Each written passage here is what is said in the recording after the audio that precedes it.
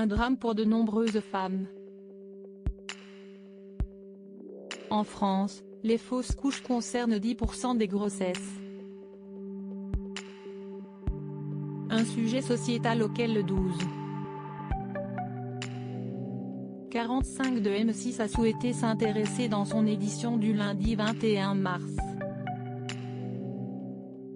L'émission a ainsi souhaité donner la parole à plusieurs femmes, notamment une certaine Florence, dont le cas est particulier. Cette mère de famille, qui souhaitait avoir un second enfant, a enchaîné 4 fausses couches en 8 ans. Un traumatisme pour elle qui ne peut aujourd'hui plus se séparer des peluches et des vêtements qu'elle avait achetés en vue d'une nouvelle naissance.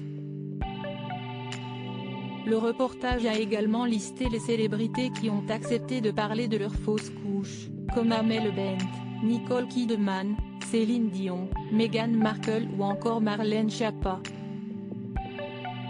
Cette dernière a d'ailleurs choisi de s'exprimer sur le sujet.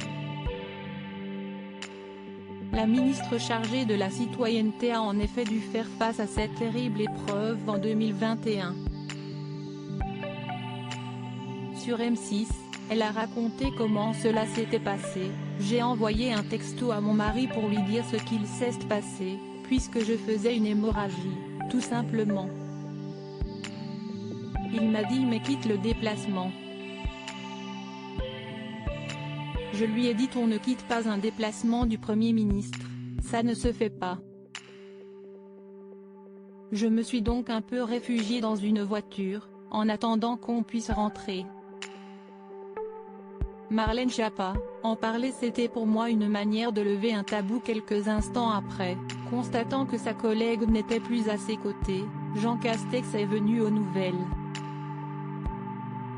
J'ai dit simplement la vérité dans les termes qui me venaient à ce moment-là, c'est-à-dire que je suis en train de faire une fausse couche, a expliqué Marlène Schiappa, avant d'ajouter, en parler c'était pour moi une manière de lever un tabou pour les autres femmes et de dire que si on arrivait à gérer ce sujet au gouvernement, on pouvait réussir dans toutes les entreprises de France à le faire.